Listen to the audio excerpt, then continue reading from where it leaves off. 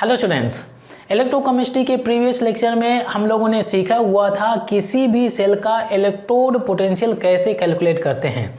Electrode potential से related जो formula हम लोगों ने सीखा हुआ था, electrode potential is equal to electrode potential of cathode minus electrode potential of anode, E cathode minus E anode. तो जो फार्मूला हम लोगों ने सीखा हुआ था, ये फार्मूला होता है electrode potential is equal to, ये होता है आपका ई कैथोड माइनस ये हो गया आपका ई एनोड। अगर आप स्टैंडर्ड इलेक्ट्रोड पोटेंशियल कैलकुलेट करना चाहें तो यहाँ पे आपका नॉट हो जाएगा, यहाँ पर भी नॉट हो जाएगा और यहाँ पर भी नॉट हो जाएगा। मतलब ये क्या है कि E not cell is equal to E not cathode minus E not anode. ये पार्ट हम लोगों ने सीखा हुआ था। इस फार्मूला को यूज करके किसी भी सेल का आप इलेक्ट्रोड पोटेंशियल, ये क्या हो गया भाई, स्टैंडर्ड इलेक्ट्रोड पोटेंशियल हो गया। स्टैंडर्ड इलेक्ट्रोड पोटेंशियल उस सेल का कैलकुलेट कर सकते हैं। अब देखिए भाई, कैथोड में कौन सी रिएक्शन होती है, रिडक्शन रिएक्शन होती है।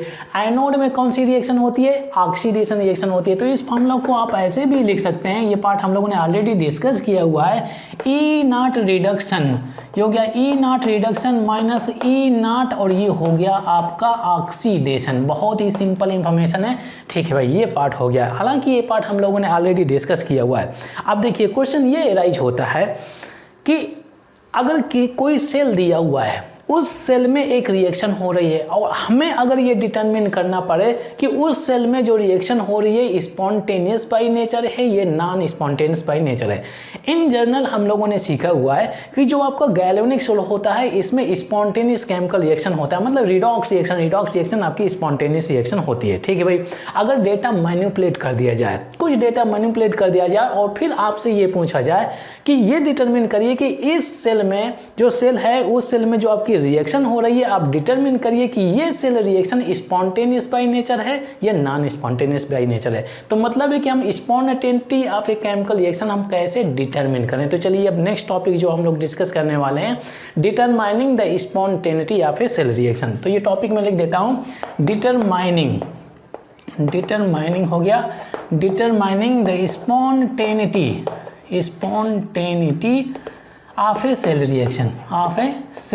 तो यहाँ से हम लोग अपना लेक्चर शुरू करते हैं। Determining the spontaneity of a cell reaction, हम ये डिटरमिन करें कि जो सेल रिएक्शन हो रही है वो स्पॉन्टेनियस बाय नेचर है, नॉन स्पॉन्टेनियस बाय नेचर है। यहाँ पर हम लोग थर्मोडायनामिक्स का कॉन्सेप्ट यूज करते हैं। अब देखिए भाई, किसी भी सेल रिएक्शन की, ये किसी भी प्रोसेस जो आपका स्पॉन्टेनियस बाय नेचर है, तो हम लोगों ने थर्मोडायनामिक्स में देखा हुआ है कि जो डेल्टा जी वैल्यू होती है क्या होती है, नेगेटिव होती है। स्पॉन्टेनियस प्रोसेस के लिए डेल्टा जी जो ग्रिप्स फ्री एनर्जी होती है ये नेगेटिव होता है भाई। एक और फार्मूला आप लोगों ने पढ़ा होगा, delta G is equal to क्या होता है, माइनस एन एफ और ई सेल होता है। ये फार्मूला आप दिमाग में रखें, हालांकि ये थर्मोडायनामिक्स में दिया हुआ है। अब देखिए भाई, डेल्टा जी क्या होता है, गिब्स फ्री एनर्जी, और ये जो ई सेल दिया हुआ है क्या हो गया, इलेक्ट्रोड पोटेंशियल हो गया भाई। और ये जो आपका क्या होता है, नंबर ऑफ ट्रांसफर्ड इलेक्ट्रॉन्स या number of exchange electrons in the cell. और एफ क्या होता है, ये फैराडे होता है भाई। 1 फैराडे इज इक्वल टू, ये कांस्टेंट होता है 96,500। ये वैल्यू कैसे आती है आगे आने वाले टॉपिक्स में हम लोग डिस्कस करेंगे। फैराडेज लॉ ऑफ इलेक्ट्रोलाइसिस है, वहां पर हम ये डिटरमिन करेंगे कि 1 Faraday is equal to 96,500 coulomb क्यों होता है। हालांकि ये चीज आप दिमाग में रखें, ठीक है भाई।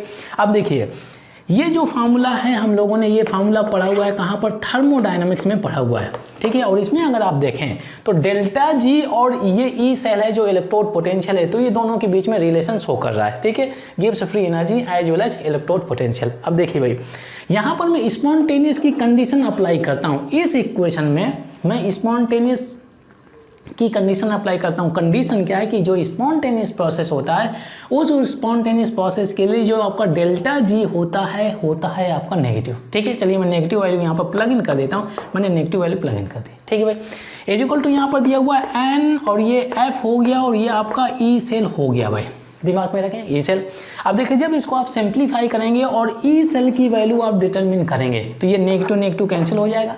तो ओवरऑल जो वैल्यू आएगी ये भी पॉजिटिव हो जाएगा, ये भी पॉजिटिव हो गया। तो ओवरऑल जो ई सेल की वैल्यू आने वाली है, भले ही डेसिमल में हो, फ्रैक्शन में हो, होल नंबर हो, जीरो भी हो, तो जो वैल्यू आपको मिलेगी यहाँ से आपको मिलेगी पॉजिटिव वैल्यू। हो गया भाई, पॉजिटिव वैल्यू, ठीक है। तो ये पार्ट हो गया। अब देखिए भाई, इसमें मैंने स्पॉन्टेनियस प्रोसेस की कंडीशन अप्लाई की, डेल्टा जी की वैल्यू मैंने नेगेटिव रखा हुआ है। तो मतलब क्या है कि स्पॉन्टेनियस प्रोसेस के लिए क्या होगा भाई, जो इलेक्ट्रोड पोटेंशियल है पॉजिटिव होना चाहिए। तो यहाँ पर हमारे पास में 2 कंडीशंस आती हैं।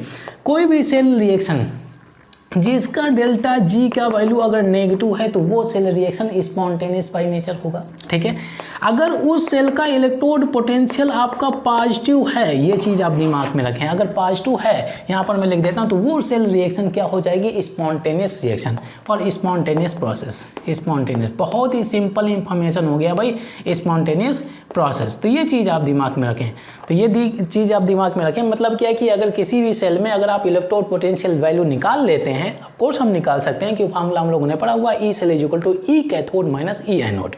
ठीक है, सिंपल फार्मूला है।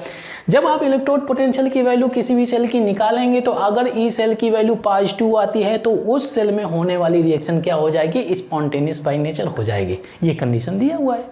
ये डेल्टा जी वैल्यू अगर नेगेटिव है उस सेल में, gives free energy by applying this formula, तो यहाँ से भी अगर आपका नेगेटिव वैल्यू आता है, ई सेल की वैल्यू रखेंगे, डेल्टा जी की वैल्यू अगर नेगेटिव आती है तो वो सेल रिएक्शन आपकी हो जाएगी स्पॉन्टेनियस बाय नेचर। ये चीज़ आप दिमाग में रखें। अब देखिए भाई, यहीं पे अगर पूछ लेता है स्टैंडर्ड गिव्स फ्री एनर्जी, अगर स्टैंडर्ड इलेक्ट्रोड पोटेंशियल है तो सिंपल पार्ट यहाँ पे आप नॉट लगा दीजिए, यहाँ पर आप नॉट लगा देंगे तो ये स्टैंडर्ड गिव्स free energy equal to minus N F standard electrode potential हो गया। ठीक है, यहाँ पर भी आपका डेल्टा जी क्या चला जाएगा, नेगेटिव चला जाएगा। तो यहाँ पर क्या हो जाएगा भाई, यहाँ पर ई नाट हो जाएगा, तो यहाँ पर ई नाट की वैल्यू, ये जी डेल्टा जी नाट की वैल्यू, तो ये स्टैंडर्ड में चला जाएगा और वो नॉर्मल में हो जाता है। इलेक्ट्रोड पोटेंशियल क्या होता है भाई, जो इलेक्ट्रोड पोटेंशियल होगा आपका ई सेल होता है, स्टैंडर्ड इलेक्ट्रोड पोटेंशियल क्या होता है, ई नाट सेल हो जाता है। ठीक है, गिब्स फ्री एनर्जी क्या होता है, डेल्टा जी, और डेल्टा जी नाट आपका स्टैंडर्ड गिब्स फ्री एनर्जी होता है। तो ये चीज़ आप दिमाग में रखें। ठीक है, बहुत ही सिंपल कंडीशन है। अगर इन कंडीशंस को फॉलो किया जाता है किसी भी सेल रिएक्शन के लिए तो वो सेल रिएक्शन आपकी हो जाएगी स्पॉन्टेनियस बाय नेचर। ठीक है भाई, अब देखिए यहाँ पर जो आपका एन है, तो देखिए अब जो एक रिडॉक्स रिएक्शन होती है, एक ऑक्सीडेशन रिएक्शन होती है, दोनों सेल रिएक्शंस को यूज करके, दोनों हाफ सेल रिएक्शन को यूज करके, ठीक है भाई, हम एक रिडॉक्स रिएक्शन प्रिपेयर करते हैं, कंप्लीट सेल रिएक्शन डिटरमिन करते हैं, दोनों सेल रिएक्शन, दोनों हाफ सेल रिएक्शंस को ऐड करते हैं। और जब दोनों हाफ सेल रिएक्शंस को ऐड करते हैं तो उसमें से हम इलेक्ट्रॉन्स भी बैलेंस करते हैं। दोनों हाफ सेल में नंबर ऑफ इलेक्ट्रॉन्स बैलेंस करने के बाद ही आप दोनों सेल को ऐड कर सकते हैं।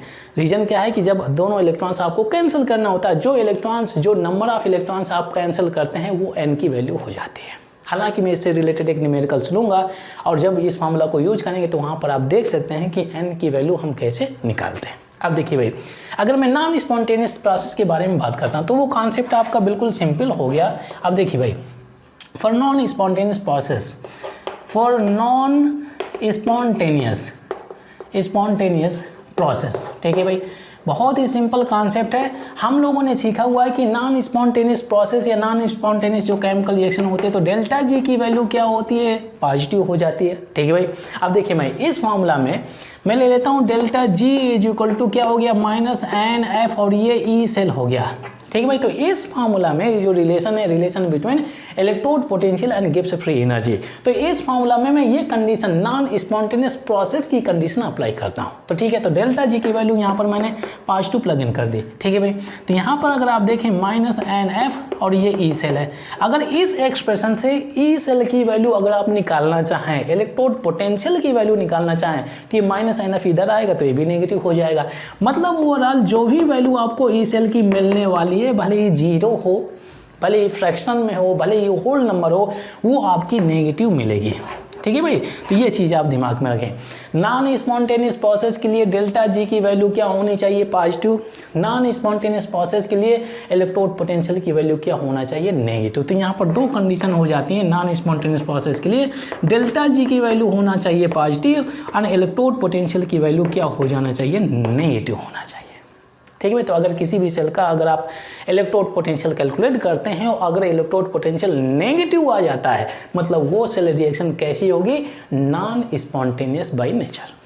तो बहुत सिंपल कंडीशंस हैं, बहुत ही आसानी से आप इन फार्मूला को यूज करके डिटरमिन कर सकते हैं। अगर आप स्टैंडर्ड वर्ड यूज करना चाहते हैं तो नॉट लगा दीजिए, नॉट हो जाएगा, ये नॉट हो जाएगा, यहाँ पर नॉट हो जाएगा, ई नाट की वैल्यू क्या होनी चाहिए, नेगेटिव होनी चाहिए। तो यहाँ पर भी आपका डेल्टा जी नाट और ई नाट हो गया, ये पार्ट हो गया। ठीक है भाई, तो यहाँ से इस डिटेल से जो मैंने आपके साथ में शेयर किया, यहाँ ध्यान दीजिए, ये फैराडे हो गया। 1 फैराडे इज इक्वल टू क्या होता है 96,500 कूलाम। कूलाम की यूनिट क्या होती है ये हम न्यूमेरिकल्स में डिस्कस करने वाले हैं, ठीक है भाई। तो ये पार्ट हो गया। चलिए इससे रिलेटेड मैं एक न्यूमेरिकल ले लेता हूँ और देखते हैं कि उसमें से हम f की वैल्यू, n की वैल्यू और ये पार्ट कैसे प्लग इन करके हम जो डिजायर्ड जो इंफॉर्मेशन क्वेश्चन पूछता है तो वो कैसे निकालते हैं। बोर्ड में अगर आप देखें तो यहाँ पर मैंने एक क्वेश्चन पोस्ट किया हुआ है। ये आपका क्वेश्चन IIT में 2005 में पूछा गया है, ठीक है भाई। अब देखिए क्वेश्चन क्या बोलता है, the rusting of iron takes place as follows, ठीक है भाई। ये रिएक्शन दिया हुआ है और इस रिएक्शन का ये हाफ सेल रिएक्शन है। इस रिएक्शन का स्टैंडर्ड E0 लगा हुआ, स्टैंडर्ड इलेक्ट्रोड पोटेंशियल वैल्यू दिया हुआ है। ये रिएक्शन कैसी है भाई, ये रिएक्शन इसमें अगर आप देखें तो इलेक्ट्रॉन्स आपके लेफ्ट साइड ऐड है। अगर लेफ्ट साइड ऐड है मतलब कि रिडक्शन रिएक्शन है। मतलब है कि जो आपकी जो वैल्यू दी हुई है SRP वैल्यू दी हुई है रिडक्शन रिएक्शन के लिए, जो आपका इलेक्ट्रोड पोटेंशियल वैल्यू दिया हुआ है तो रिडक्शन पोटेंशियल हो गया, ये SRP standard reduction potential value दिया हुआ है, ठीक है भाई। अगर सेकेंड रिएक्शन देखें तो ये भी तो आपकी रिडक्शन रिएक्शन है। मतलब है कि इस सेल रिएक्शन के लिए भी आपको SRP वैल्यू दिया गया है, SRP वैल्यू दिया हुआ है, standard reduction potential, electrode potential दिया हुआ है, ठीक है भाई। अब देखिए भाई क्वेश्चन क्या बोल रहा है, calculate delta G0 for the process. Delta G0, अब देखिए इलेक्ट्रोड पोटेंशियल और डेल्टा G0 के जो फार्मूला हम लोगों ने सीखा हुआ डेल्टा G0 माइनस NF और ये आपका E0 सेल हो गया भाई। ये फार्मूला आपको यूज करना है। मतलब है कि डेल्टा G0 की वैल्यू आपको डिटरमिन करने के लिए आपको N की वैल्यू मालूम होना चाहिए, total number of exchange of electrons, और ये E0 सेल की वैल्यू आपको मालूम होना चाहिए। तो कांस्टेंट हो गया F की value 1, F is equal to क्या होता है, ये होता है 96,500 और ये आपका कूलाम होता है, ये चीज़, ठीक है, ये कूलाम हो जाता है। अब देखिए भाई यहाँ पे अगर आप ध्यान दें, ये आपका कूलाम क्या होता है, जूल अपन वोल्ट होता है। कूलाम की जो यूनिट होती है जूल अपन वोल्ट, तो इसको आप 96,500 जूल अपन वोल्ट भी लिख सकते हैं। अब देखिए ध्यान दीजिए, ये जो आपकी हाफ सेल रिएक्शंस दी हुई हैं, इन दोनों हाफ सेल रिएक्शंस को यूज करके मैं electrode potential, standard electrode potential calculate कर सकता हूं। हम लोगों ने फार्मूला जो सीखा हुआ है to calculate standard electrode potential of a cell reaction, तो स्टैंडर्ड इलेक्ट्रोड पोटेंशियल क्या होता है, is equal to E0 cathode minus E0 anode. तो चलिए मैं यहाँ पे फार्मूला लिख देता हूँ। जैसे आपका हो गया, ये हो गया आपका standard electrode potential E cell is equal to E0 cathode minus E0 और ये एनोड हो गया भाई, ठीक है। तो इसको यहाँ पर कौन सी रिएक्शन होती है, रिडक्शन, यहाँ पे कौन सी रिएक्शन होती है, ऑक्सीडेशन। तो इसको आप ऐसे भी लिख सकते हैं रिडक्शन हो गया माइनस E0 और ये ऑक्सीडेशन हो गया। ये वैल्यू आप डिटरमिन कर लीजिए। तो ये देखिए यहाँ पर इलेक्ट्रोड पोटेंशियल SRP वैल्यू दिया हुआ है, स्टैंडर्ड इलेक्ट्रोड पोटेंशियल क्या दिया है, SRP वैल्यू दिया हुआ है। तो इन वैल्यूज को देख करके आप डिटरमिन कर सकते हैं कि कौन सी सेल रिएक्शन ऑक्सीडेशन मतलब एनोड में हो रही है, कौन सी सेल रिएक्शन आपकी कैथोड में हो रही है। तो इन वैल्यूज को देख करके तो हम लोगों ने सीखा हुआ है in case of SRP elements having larger value of reduction potential, ये आपका रिडक्शन पोटेंशियल ही है क्योंकि ये रिडक्शन रिएक्शन दी हुई हैं। तो elements having larger value of reduction potential will easily undergo reduction. तो मतलब कि यहाँ पे अगर इन दोनों को कंपेयर करें तो यहाँ पे अगर आप देखें तो जो फर्स्ट वैल्यू है ये लार्ज वैल्यू है in comparison to this one, क्योंकि यहाँ पर पॉजिटिव है यहाँ पर नेगेटिव, तो इसका हो जाएगा reduction. Elements having larger value of reduction potential will easily undergo reduction. जब अगर इसका रिडक्शन हो रहा है तो ऑब्वियसली इसका चला जाएगा आपका ऑक्सीडेशन में। लीजिए डेटा मिल गया। तो बोलिए इस डेटा को यूज करके मैं स्टैंडर्ड इलेक्ट्रोड पोटेंशियल की वैल्यू कैलकुलेट कर सकता हूँ। हम यहाँ पे ध्यान दीजिए भाई, यहाँ पे मैंने वैल्यू प्लग इन करना है। ये हो गया E0 1.23 माइनस, ठीक है भाई। यहाँ पर ऑक्सीडेशन की वैल्यू ये दी हुई है तो ये हो जाएगा माइनस 0.44 हो गया, ठीक है भाई। तो 1.23 और ये प्लस हो जाएगा 0.44, आप ऐड करिए तो ये 7 हो जाएगा, ये कितना हो जाएगा 6 हो जाएगा 1 और ये हो जाएगा आपका वोल्ट में क्योंकि ये वैल्यूज आपकी वोल्ट में है, ठीक है भाई। ये पार्ट हो गया वोल्ट में मिल गया कि ये तो आप लिख सकते हैं ये वोल्ट में दिया है, ये वोल्ट में हो गया, ठीक है भाई। तो इस सेल का अगर आप देखें जो स्टैंडर्ड इलेक्ट्रोड पोटेंशियल होता है कितना 1.67 हो गया, ठीक है। अब देखिए मुझे E0 सेल की वैल्यू मिल गई, यहाँ से मैं उठा के प्लग इन कर दूंगा। अब देखिए F की वैल्यू मुझे मालूम है, ये प्लग इन कर दूंगा। जो N होता है transfer of electron, total number of exchange of electron होता है इन ए सेल, उस सेल में एक्सचेंज ऑफ इलेक्ट्रॉन्स कितना हो रहा है। अब देखिए भाई यहाँ पे अगर आप देखें ये आपकी रिडक्शन रिएक्शन है, ये आपकी ऑक्सीडेशन रिएक्शन है, ये रिएक्शन आपकी एनोड में हो रही है, ये रिएक्शन आपकी कैथोड में हो रही है। ठीक है ना भाई। अब ध्यान दीजिए, इसमें अगर आप देखें ट्रांसफर ऑफ इलेक्ट्रॉन कितना, 2 इलेक्ट्रॉन्स, इसमें ट्रांसफर ऑफ इलेक्ट्रॉन कितना हो रहा है, ठीक है 2 इलेक्ट्रॉन्स।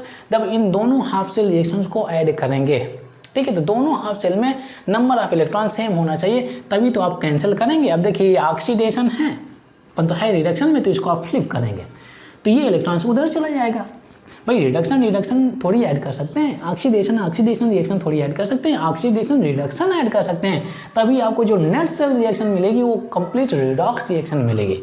तो ये तो रिडक्शन है इस वैल्यू से, परंतु यहाँ पे अगर आप देखें तो ये रिएक्शन कौन सी है, ऑक्सीडेशन है, ये ऑक्सीडेशन लिखा हुआ है। तो इस रिएक्शन को आप फ्लिप करेंगे, जब फ्लिप करेंगे तो ये इलेक्ट्रॉन उधर जाएगा, जब दोनों को ऐड करेंगे तो ये आपके इलेक्ट्रॉन्स कैंसिल होंगे। जो इलेक्ट्रॉन्स कैंसिल होते हैं वो होती है आपकी एन की वैल्यू। ठीक है ना भाई। जो दोनों सेल रिएक्शंस को, दोनों हाफ सेल रिएक्शन को जब आप ऐड करते हैं और जो इलेक्ट्रॉन्स आप कैंसिल करते हैं, हमेशा हम equal number of electrons cancel करते हैं दोनों हाफ सेल से, वो होती है आपकी एन की वैल्यू। तो इन दोनों सेल को जब हम ऐड करेंगे, इन दोनों हाफ सेल रिएक्शन को जब हम ऐड करेंगे, तो जो इलेक्ट्रॉन्स हम कैंसिल करेंगे, कौन सा इलेक्ट्रॉन, कितने इलेक्ट्रॉन्स, 2 इलेक्ट्रॉन्स कैंसिल करेंगे, 2 इससे, तो एन की वैल्यू कितनी हो जाएगी, 2। ये हो गया, पूरा डेटा तैयार हो गया। यहाँ से हो गया delta G not is equal to minus N की वैल्यू 2 मल्टीप्लाइड बाई 96,500 हो गया। ये जूल अपॉन ये होता है volt multiplied by E not cell की वैल्यू आपको मिल गई 1.67 हो गया, और ये हो जाता है आपका वोल्ट। ये वोल्ट कैंसिल हो जाएगा। अब यहाँ से अब देखिए भाई पॉइंट है, पॉइंट हटाएंगे तो दोनों जीरो चला जाएगा। ठीक है, तो यहाँ से जो वैल्यू मिलने वाली है तो कहीं तो मल्टीप्लाई कर देते हैं, यहाँ से माइनस 2 5 जा 10, 2 6 जा 12 एंड 13 हो गया, 2 9 जा 18 एंड ये 19 हो गया। ठीक है, सिंपल मल्टीप्लाइड बाई ये कितना हो गया, यहाँ पर 167 हो गया, और ये जूल में मिल गया भाई, जूल में। इसको आप मल्टीप्लाई कर लीजिए, तो कहीं तो मैं यहाँ पर इसको मल्टीप्लाई कर देता हूँ, ये हो जाएगा आपका 1930 मल्टीप्लाइड बाई कितना हो जाएगा भाई 167, ये 0 हो जाएगा, 3 7 जा 21 हो गया, यस 7 9 जा कितना हो जाएगा 63 हो जाएगा, 63 कितना 65 हो जाएगा, और 7 6 कितना हो जाएगा 13 हो जाएगा, मल्टीप्लाइड बाई 6 0 हो जाएगा, 6 3 जा कितना हो जाएगा 18 हो गया, 6 9 जा 54 55 हो गया, 6 5 कितना हो गया 11 हो गया। ठीक है भाई, यहाँ से अगर आप देखें तो 0 3 9 और ये 1 हो गया, ऐड करिए 0 1 हो गया, 8 5 कितना हो गया भाई ये 13 हो गया, ये 6 और 5 कितना हो गया 11 और ये 12 हो गया। ठीक है भाई, और ये कितना हो गया, ये आपका 11 हो गया और ये 12 हो गया, यहाँ से आपका 3 हो जाएगा। ठीक है, ये जूल्स में मिलेगा भाई, ये जूल्स में। ठीक है भाई, अब आंसर अगर आप देखें तो जो आंसर आपका दिया हुआ है किलो जूल दिया हुआ है, किलो जूल, तो मतलब जूल में दिया है तो किलो जूल्स में आप कन्वर्ट कर लीजिए। यहाँ से जो वैल्यू मिलती है आपको 322, ठीक है भाई, एंड 310 जूल्स मिल गया। इसको अगर आप डिवाइड करेंगे किससे, 1 kg is equal to 1000 joules हो गया, तो 1000 से डिवाइड करेंगे तो यहाँ पर डेसिमल आ जाएगा, यहाँ पर 322 पॉइंट, तो ओवरऑल हम ले सकते हैं 322 kg पर मोल, ये मिल गया 322 kg पर मोल। हाँ, नेगेटिव यहाँ पे दिया हुआ है क्योंकि इस फार्मूला में नेगेटिव है, नेगेटिव ये है, नेगेटिव ये है, तो जब मल्टीप्लाई करेंगे तो वैल्यू मिलेगी नेगेटिव, इन दोनों को भी सिंप्लीफाई करेंगे तो जो फाइनल वैल्यू होगी नेगेटिव। डेल्टा जी की वैल्यू इन सेल रिएक्शंस के लिए जो नेट सेल रिएक्शन है, नेट सेल रिएक्शन है, जो रिडॉक्स रिएक्शन है जो सेल में हो रही है, डेल्टा जी की वैल्यू क्या है, नेगेटिव है। मतलब ये सेल रिएक्शन कैसी है, स्पॉन्टेनियस बाय नेचर है। ठीक है, ई नॉट सेल की वैल्यू कितनी आ रही है भाई, यहाँ पे ई नॉट सेल की वैल्यू आपको मिल रही है पॉजिटिव। अगर ई नॉट सेल की वैल्यू भी अगर आपकी पॉजिटिव है, मतलब सेल में जो होने वाली रिएक्शन है कैसी होगी, स्पॉन्टेनियस बाय नेचर होगी। 2 कंडीशन आपको फॉलो करना है किसी भी सेल रिएक्शंस को आइडेंटिफाई करने के लिए, whether it is spontaneous by nature और नॉट। डेल्टा जी की वैल्यू होनी चाहिए आपकी नेगेटिव, ई सेल की वैल्यू होनी चाहिए पॉजिटिव। ठीक है भाई, तो ये पार्ट हो गया। अब देखिए भाई, अभी तक के कन्वर्जेशन में आप लोगों ने देखा होगा, या अभी तक जो भी टॉपिक हम लोगों ने क्लियर किया हुआ है, या हम बातचीत करें इलेक्ट्रोड पोटेंशियल के बारे में। ठीक है भाई, तो अगर आप किसी भी सेल का इलेक्ट्रोड पोटेंशियल कैलकुलेट करना चाहें तो जो दो इलेक्ट्रोड होते हैं सेल में, एक होता है एनोड और दूसरा होता है कैथोड, तो दोनों इलेक्ट्रोड होने चाहिए, ठीक है, एनोड कैथोड दोनों में हाफ सेल रिएक्शन होनी चाहिए, तभी आपका कंप्लीट सर्किट बनेगा, तभी वहाँ पर आपका फ्लो ऑफ इलेक्ट्रॉन होगा, फ्लो ऑफ करंट होगा, ठीक है, तब इसके बाद में आपको मिलता है इलेक्ट्रोड पोटेंशियल। अब क्वेश्चन ये एराइज होता है, अगर मैं एक हाफ सेल रिएक्शन को हटा देता हूँ, एक इलेक्ट्रोड को हटा दिया, मान लीजिए चाहे एनोड हटा दो चाहे आप कैथोड हटा दो, अगर मैं एनोड हटाऊंगा तो क्या बच जाएगा मेरे पास में, कैथोड बचेगा, अगर कैथोड हटाएंगे तो आपको केवल एनोड मिलेगा। मतलब अगर आप ओवरऑल सिंगल हाफ सेल का इलेक्ट्रोड पोटेंशियल कैलकुलेट करना चाहें, सिंगल हाफ सेल का इलेक्ट्रोड पोटेंशियल कैलकुलेट करना चाहें तो कैसे कैलकुलेट करें, नहीं कर सकते हैं प्रैक्टिकली। रीजन क्या होता है कि ना तो कंप्लीट सर्किट होगा, एक ही हाफ सेल रिएक्शन से कंप्लीट सर्किट नहीं कंप्लीट कर सकते हैं, ठीक है भाई, सर्किट कंप्लीट नहीं कर सकते हैं, और ना तो उसमें फ्लो ऑफ इलेक्ट्रॉन होगा और ना वहाँ पर फ्लो ऑफ करंट होगा, ठीक है भाई। इन केस अगर मुझे हाफ सेल का इलेक्ट्रोड पोटेंशियल कैलकुलेट करना पड़े तो यहाँ पर हम एक अरेंजमेंट करते हैं, एक रेफरेंस इलेक्ट्रोड यूज करते हैं। रेफरेंस इलेक्ट्रोड, जो हाफ सेल का इलेक्ट्रोड पोटेंशियल हमें कैलकुलेट करना है तो रेफरेंस इलेक्ट्रोड के को यूज करके हम हाफ सेल का इलेक्ट्रोड पोटेंशियल कैलकुलेट करते हैं। तो सबसे पहले हम रेफरेंस इलेक्ट्रोड के बारे में डिस्कस कर लेते हैं, ठीक है। रेफरेंस इलेक्ट्रोड किस चीज़ का बना होता है, ये कैसे फंक्शन करता है, इसका इलेक्ट्रोड पोटेंशियल क्या होता है, ठीक है भाई, इसके बारे में डिस्कस कर लेते हैं। फिर देखते हैं कि हाफ सेल का जो हम इलेक्ट्रोड पोटेंशियल कैलकुलेट करते हैं तो रेफरेंस इलेक्ट्रोड को कैसे यूज करते हैं, और फिर हाफ सेल का इलेक्ट्रोड पोटेंशियल हम कैसे कैलकुलेट करते हैं। नेक्स्ट है रेफरेंस इलेक्ट्रोड। जो आपका रेफरेंस इलेक्ट्रोड होता है ये होता है आपका standard hydrogen electrode. Standard hydrogen electrode को रेफरेंस इलेक्ट्रोड की तरह यूज करके किसी भी हाफ सेल का इलेक्ट्रोड पोटेंशियल कैलकुलेट किया जाता है, ठीक है भाई। रेफरेंस इलेक्ट्रोड कौन सा होता है भाई, स्टैंडर्ड हाइड्रोजन इलेक्ट्रोड। चलिए इसके कंस्ट्रक्शन के बारे में और इसकी प्रॉपर्टीज के बारे में हम डिस्कस कर लेते हैं। ये हो गया आपका स्टैंडर्ड हाइड्रोजन और ये हो गया आपका इलेक्ट्रोड, ठीक है, ये इलेक्ट्रोड ध्यान दीजिए भाई, ठीक है, स्टैंडर्ड हाइड्रोजन इलेक्ट्रोड, ठीक है भाई। अब ध्यान दीजिए, इसको शॉर्ट फॉर्म में आप SHE भी बोल सकते हैं, स्टैंडर्ड हाइड्रोजन इलेक्ट्रोड, ठीक है। इसको मैं तो फर्स्ट पॉइंट में लिख देता हूँ, it is used as reference electrode, ठीक है, इलेक्ट्रोड, एक ये पॉइंट हो गया। अच्छा, दूसरा पार्ट, ये होता क्या है, it is a gas ion electrode, ठीक है भाई। इस इलेक्ट्रोड में अगर आप देखें तो गैस होगा और आयंस भी होगा, ये कंस्ट्रक्शन में आपको पता चल जाएगा, ठीक है। ये जो आपका स्टैंडर्ड हाइड्रोजन इलेक्ट्रोड होता है तो ये आपका एनोड हाफ सेल की तरह भी रिएक्ट कर सकता है, काम कर सकता है। एनोड हाफ सेल, एनोड में कौन सी रिएक्शन होती है भाई, ऑक्सीडेशन होती है। Anode half cell as well as cathode half cell दोनों की तरह ये बिहेव कर सकता है। यहाँ पर लिख सकता हूँ, यहाँ पर it acts as both anode half cell and cathode half cell, ये चीज़ आप दिमाग में रखें। Anode half cell and cathode half cell दोनों एट ए टाइम नहीं भाई, हाँ चीज़ दिमाग में रखें, दोनों एनोड एंड कैथोड दोनों half cell at a time नहीं, एनोड हाफ सेल की भी तरह काम कर सकता है या कैथोड हाफ सेल की तरह भी काम कर सकता है। मतलब दोनों इलेक्ट्रोड जो होते हैं ना, जो दो सेल होते हैं आपके, एक एनोड का होता है एक कैथोड का होता है, जो हाफ सेल होता है दोनों हाफ सेल की तरह ये काम कर सकता है, ठीक है भाई। अगर मैं इसके कंस्ट्रक्शन के बारे में बात करूँ, ध्यान दीजिए, ये हो गया आपका एक कंटेनर हो गया, ठीक है। यहाँ पे हम एक जार लगा देते हैं, जार कुछ ऐसे होता है, ठीक है भाई, ये जार आपका कुछ ऐसे होता है, ठीक है, ये हो गया। अब इसमें यहाँ से क्या करते हैं हम, हाइड्रोजन गैस हाई प्रेशर में हम पास करते हैं, ठीक है भाई, ये जार हो गया। अब देखिए यहाँ से आपका हाइड्रोजन गैस यहाँ पे आ रहा है, नीचे आ रहा है, यहाँ पे डला हुआ है आपका इलेक्ट्रोलाइटिक सॉल्यूशन। इस एक ऐसा सॉल्यूशन डालते हैं जिसमें से आपका H+ आयन रिलीज करता हो। तो जैसे बहुत ही सिंपल सॉल्यूशन है, आप HCl का सॉल्यूशन डाल देंगे तो आसानी से ये H+ आयन देगा, ठीक ठीक है भाई, H प्लस आयन देगा। अब कंडीशन क्या है कि सिंस हम स्टैंडर्ड हाइड्रोजन इलेक्ट्रोड पोटेंशियल के बारे में बातचीत कर रहे हैं तो स्टैंडर्ड कंडीशन भी फॉलो करेंगे। जैसे हम लोगों ने डिस्कस किया होता है इलेक्ट्रोड पोटेंशियल और स्टैंडर्ड इलेक्ट्रोड पोटेंशियल में डिफरेंस क्या होता है। स्टैंडर्ड इलेक्ट्रोड पोटेंशियल में हम कुछ पैरामीटर्स फॉलो करते हैं। सिमिलरली हम स्टैंडर्ड के बारे में बात करें तो यहाँ पर जो इस सॉल्यूशन का ये जो आपका इलेक्ट्रोलाइटिक सॉल्यूशन है इसका कॉन्सेंट्रेशन कितना होना चाहिए, 1 मोलर कॉन्सेंट्रेशन होना चाहिए, ये कंडीशन आपको दिमाग में रखना है। इसका ओवरऑल टेम्परेचर कितना मेंटेन करना है आपको, 25 डिग्री सी।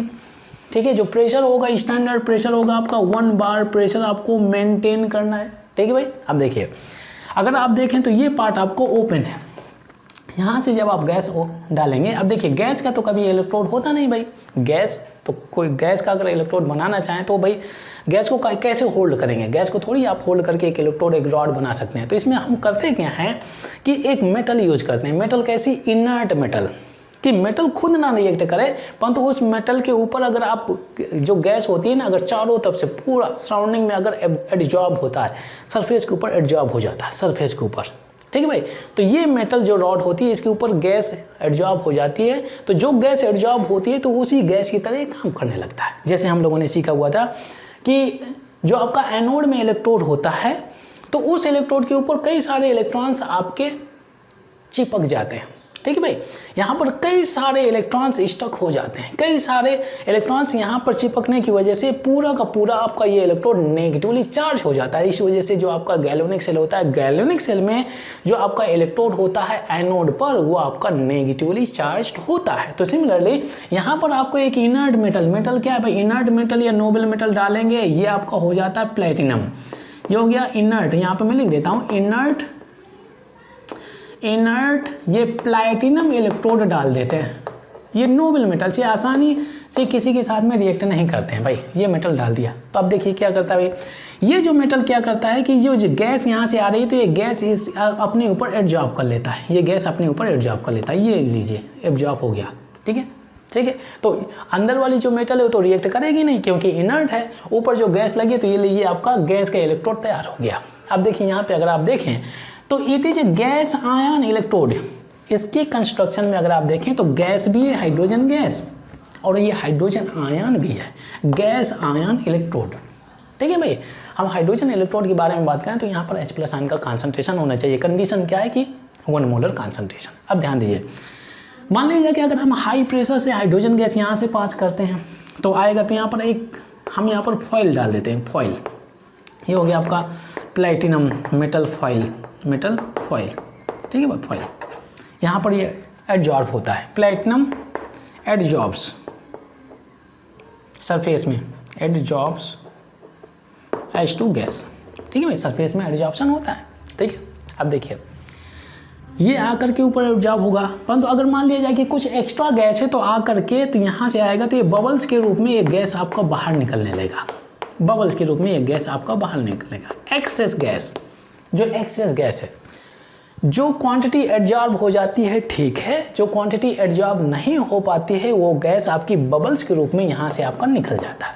ठीक है भाई, अब देखिए इस सॉल्यूशन में H प्लस आयन प्रेजेंट है, इस सॉल्यूशन में हाइड्रोजन गैस भी प्रेजेंट है। तो होता क्या है कि जो एक्सेस क्वांटिटी है इधर निकल गया, इसका एक लिमिटेड कॉन्सेंट्रेशन है भाई, 1 मोलर कॉन्सेंट्रेशन। तो ये एक कोई ना कोई एक लिमिटेशन के अंतर्गत ही कुछ एक्सटेंट होगा जितना ही एब्जॉर्ब कर सकता है। ऐसा तो नहीं कि जितना हाइड्रोजन गैस सप्लाई करेंगे उतना का पूरा एब्जॉर्ब कर लेगा। अब यहाँ से कुछ जो भी हाइड्रोजन गैस करेंगे तो कुछ अप टू सम एक्सटेंट, जिसे आप लोगों ने X/m आप लोगों ने सरफेस केमिस्ट्री में पढ़ा होगा ना, तो इसका कुछ ना कुछ लेवल होगा जहाँ तक ये एब्जॉर्ब कर सकता है। तो इसकी एक लिमिटेशन है, इसकी एक लिमिटेशन, तो एक्सेस जो क्वांटिटी है तो हाइड्रोजन गैस यहाँ से स्किप हो जाती है। तो होता क्या है, यहाँ पर H2 as well as H plus ion के बीच में इक्विलिब्रियम स्टेट इस्टेब्लिश हो जाता है। ठीक है भाई, H2 गैस के बीच में एंड H प्लस आयन के बीच में ये एक्वस हो गया, इक्विलिब्रियम स्टेट सेटअप हो जाता है। ठीक है, इस कंटेनर में ये जो आपका स्टैंडर्ड इलेक्ट्रोड, कैसा इलेक्ट्रोड, हाइड्रोजन इलेक्ट्रोड दिया हुआ है। ठीक है, ये जो कंस्ट्रक्शन के बारे में बात कर रहे हैं, तो इस कंस्ट्रक्शन में जब ये प्रोसेस होता है तो यहाँ पर H2 और गैस के बीच में और H प्लस आयन के बीच में इक्विलिब्रियम स्टेब्लिश हो जाता है। ठीक है भाई, अब देखिए इसको अगर आप बैलेंस करना चाहिए कर लिए। ठीक है, अगर आपका यहाँ पर इक्विलिब्रियम स्टेट स्टेब्लिश हो जाता है तो यहाँ पर इक्विलिब्रियम कांस्टेंट भी हो जाएगा। तो ये जो आपकी रिएक्शन है, भले ही हाफ सेल है, ये जो आपकी रिएक्शन हो जाती है तो यहाँ पर जो इलेक्ट्रोड पोटेंशियल होता है इस सेल रिएक्शन का भी इलेक्ट्रोड पोटेंशियल कांस्टेंट हो जाता है, कांस्टेंट हो जाता है। चाहे ये इसमें कन्वर्ट हो, चाहे ये इसमें कन्वर्ट हो, चाहे रिएक्शन फॉरवर्ड डायरेक्शन जा रही हो और जिस रेट से फॉरवर्ड डायरेक्शन जाएगी उसी रेट से बैकवर्ड डायरेक्शन भी जाएगी, क्योंकि इक्विलिब्रियम स्टेट है। तो मतलब चाहे हम फॉरवर्ड के बारे में बात करें चाहे बैकवर्ड के बारे में बात करें, इनका जो इलेक्ट्रोड पोटेंशियल हो जाता है, स्टैंडर्ड इलेक्ट्रोड पोटेंशियल क्या हो गया, जीरो मान करके चलते हैं, जीरो अज्यूम करके चलते हैं, जीरो होता है, 0 वोल्ट। जीरो का मतलब क्या है कि हमेशा जीरो रहता है, चाहे रिएक्शन फॉरवर्ड डायरेक्शन में जाए चाहे बैकवर्ड डायरेक्शन में जाए। हमें ये अज्यूम करके चलते हैं कि इस हाफ सेल जो स्टैंडर्ड हाइड्रोजन इलेक्ट्रोड है, इस हाफ सेल का जो आपका E0 सेल की वैल्यू रहेगी क्या रहेगी आपकी, जीरो हो जाएगी, कांस्टेंट, ना तो इंक्रीज होगी ना तो डिक्रीज होगी, ऐसा नहीं होता है, कांस्टेंट रहता है। तो अब देखिए भाई, अगर H2 कन्वर्ट होता है किसमें, H प्लस आयन में, मान लीजिए कि फॉरवर्ड डायरेक्शन के बारे में बात करता हूँ, तो ये हो गया आपका H2 हो गया, ये गैस हो गया, ठीक है भाई, और ये H प्लस आयन में कन्वर्ट हो रहा है, ये एक्वस हो गया। इसको आप बैलेंस करना चाहें तो यहाँ पे +2 चार्ज है तो ये इलेक्ट्रॉन्स मैंने ऐड कर दिया, इलेक्ट्रॉन्स ऐड कर दिया। ये रिएक्शन कैसी है भाई, ये आपकी ऑक्सीडेशन रिएक्शन है। यहाँ पे अगर आप देखेंगे तो increase in oxidation state is what, oxidation reaction. तो यहाँ से जो इलेक्ट्रोड पोटेंशियल मिलेगा आपको SOP मिलेगा, स्टैंडर्ड ऑक्सीडेशन पोटेंशियल, क्योंकि ये आपकी ऑक्सीडेशन रिएक्शन है, ठीक है। तो यहाँ पर मैं लिख देता हूँ, इसको मैं लिख सकता हूँ E0। अब देखिए इसको आप ऐसे लिख सकते हैं H2 और ये आपका H प्लस कर सकते हैं, ये इंक्रीज इन ऑक्सीडेशन स्टेट, ठीक है। ये क्या रहेगा आपका 0 वोल्ट रहेगा, ठीक है। इसको आप ऐसे भी लिख सकते हैं SOP हो गया, SOP क्या रहेगा आपका 0 वोल्ट रहेगा, ठीक है। अब देखिए इसमें अगर आप देखें तो ये आपका एनोड हाफ सेल की तरह काम कर रहा है। क्या काम कर रहा है, ये जो आपका इलेक्ट्रोड है standard hydrogen electrode anode half cell की तरह काम कर रहा है, जिसमें से आपकी ऑक्सीडेशन रिएक्शन, एनोड में कौन सी रिएक्शन होती है, ऑक्सीडेशन रिएक्शन हो रही है, ठीक है भाई। अगर मैं रिएक्शन को बैकवर्ड डायरेक्शन में कंसीडर करूँ, ये H प्लस आयन H2 में कन्वर्ट हो रहा है, ठीक है, बैकवर्ड, ये तो फॉरवर्ड डायरेक्शन में, बैकवर्ड के बारे में बात करें तो मतलब H प्लस आयन कन्वर्ट हो रहा है किस में से, H2 गैस में। ये आपका एक्वस है, बैलेंस करिए। तो यहाँ पर रिएक्शन कौन सी होगी, रिडक्शन रिएक्शन। चार्ज अगर बैलेंस करेंगे भाई इसी का फ्लिप कर देंगे तो ये इधर आ जाएगा, उधर चला जाएगा, सिंपल है। इसका भी आपका रहेगा E0 सेल, जो अब देखिए भाई इसमें क्या हो रहा है, आपका रिडक्शन हो रहा है, तो मतलब क्या है, इसको H प्लस और ये H2 रहेगा और यहाँ पर 0 वोल्ट।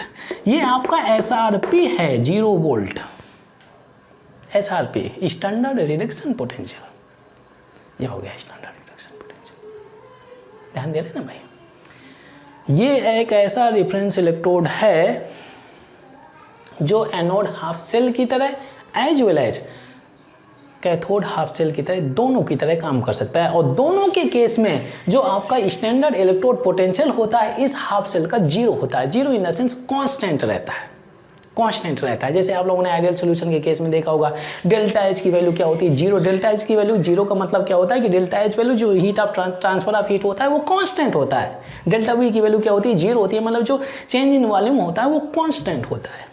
तो यहाँ पर आपकी इस सेल का इलेक्ट्रोड पोटेंशियल हमेशा 0 होता है, ठीक है ना भाई। अब देखिए, अगर आपने half cell, anode half cell लिया हुआ है और दूसरी साइड आपने लिया हुआ है स्टैंडर्ड हाइड्रोजन इलेक्ट्रोड, तो इस सेल को कंप्लीट करने के लिए या इस सेल रिएक्शन का कंप्लीट सर्किट करने के लिए ये आपका एनोड हाफ सेल है, तो जो आपका रेफरेंस इलेक्ट्रोड है स्टैंडर्ड हाइड्रोजन इलेक्ट्रोड, ये आपका कैथोड हाफ सेल की तरह काम करेगा। तो कंप्लीट सर्किट हो गया, ये हाफ सेल, ये भी हाफ सेल, ठीक है।